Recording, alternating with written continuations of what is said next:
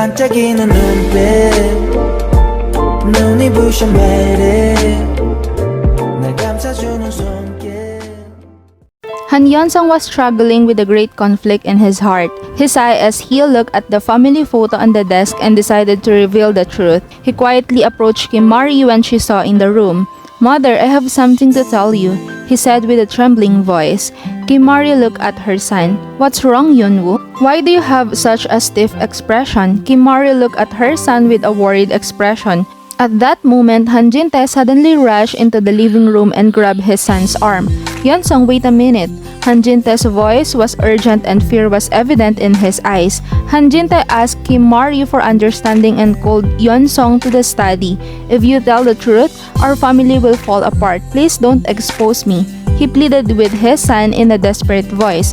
Kim Mari listened to the conversation between the two and felt something was not right. "What are you talking about? Our family falling apart? What are you talking about?" Kim Mari approached them with an anxious heart. Han Jin-tae, taken aback by Kim Mari's question, quickly made excuses.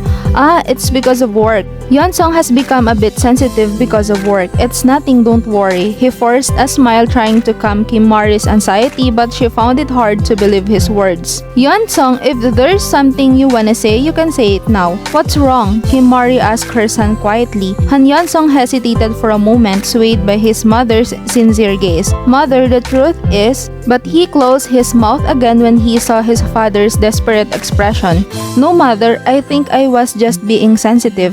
Meanwhile, Jin Na-young was relieved that Han Yeon-sung remained silent. She was delighted at the thought that none of her crimes has been exposed and Han Jin-tae's wealth would eventually return to her and her husband. She couldn't hide her smile, thinking that everything she had planned was going smoothly. However, not long after, Jin Na-young faced an unexpected tragedy. That morning, Jin Na-young got up as usual and stood in front of a mirror. She touched her belly and smiled, but suddenly intense pain struck her. "What's this?" She was seized with fear and rushed to the hospital. At the hospital, a doctor with a serious expression greeted her.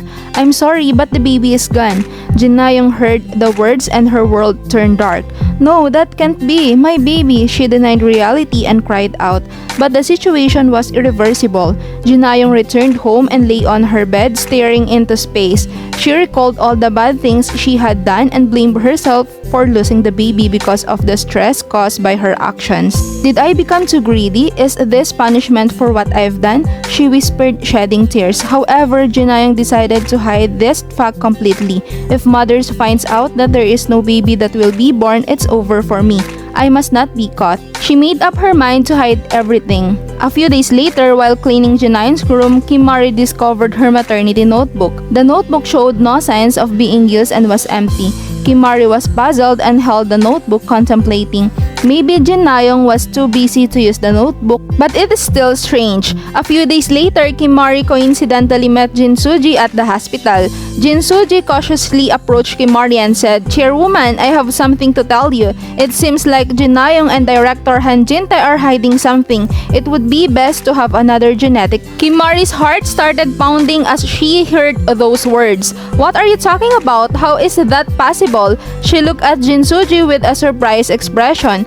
Jin Soo Ji bowed her head and said, "I don't know the details, but something strange seems to be happening.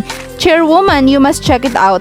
Kim Mari was shaken by Jin Soo Ji's words. Can such a thing really happen? She finally decided to have another genetic test with Chae Woo Ri. According to the results, Chae Woo Ri was Yeon-woo. The previous genetic test results were manipulated by Jin Na-young and Han Jin-tae.